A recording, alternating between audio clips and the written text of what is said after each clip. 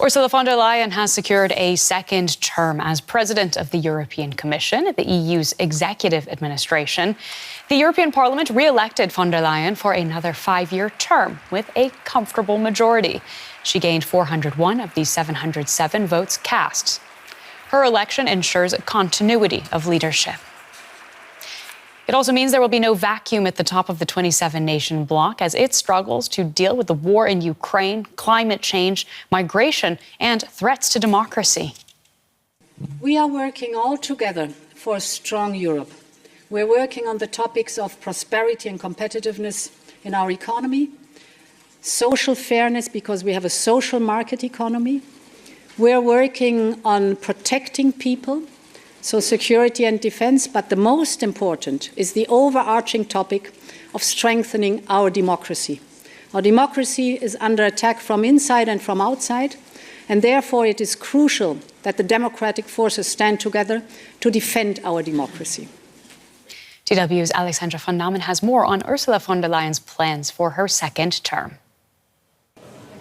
Well, the European Union that Ursula von der Leyen has envisioned is a union that is a champion when it comes to fighting against climate change. It is a union that is economically strong and also ready to compete on global markets. It is a union that invests more on defense and that is ready to produce more weapons. It is a union that is determined to uphold their values that see refugees and migrants as human beings with their rights and that need to be protected, but that a union that is also determined to protect its external borders. So it is a broad vision and great goals. Many here in the European Parliament say, but now we need to see how the new president of the European Commission will follow up on those promises.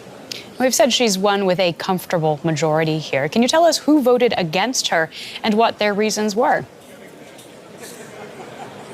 Well, it was a secret ballot, so we don't know how every individual lawmaker voted, but we have some indications. For instance, the new far-right group that was formed here by the Hungarian Prime Minister Viktor Orban, they said that they voted united against Ursula von der Leyen because they're against everything that she stands for. Then the delegates of the left in the European Parliament also voted against her, saying that they were disappointed that she didn't mention poverty in her political guidelines, even though 1 in 3 Europeans has to skip meals. And then, of course, and that is very interesting, delegates of the German Liberal Party, they are a member of a group that is actually supporting von der Leyen. They also said they voted against her, and I spoke with one of the lawmakers, and she told me that they were disappointed that von der Leyen said nothing about how she's going to prevent the European Union from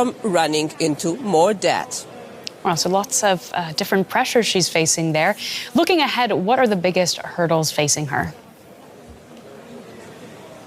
I mean, I've been covering Ursula von der Leyen for 4 years now, and I think she is very good at pitching new ideas and putting forward new initiatives. But sometimes she ends up with initiatives that turn out to be less meaningful than they were supposed to be. And of course, the problem is also that she needs to work not only with members of the European Parliament, but also with member states. And just 2 examples. In her speech, she announced a new commissioner in charge of housing problems in Europe. She also said she would like the European Union to be on track to a real defense union. But both those areas, defense and housing, are not competence of the European Union. They are competences of the national governments. So we will see how successful she will be there. And in the short term, of course, she needs a cabinet, and member states will put forward their candidates. They need to go through a lengthy process, hearings here in the European Parliament and votes eventually. And only when she has a cabinet, of course, she can start working on what she has promised.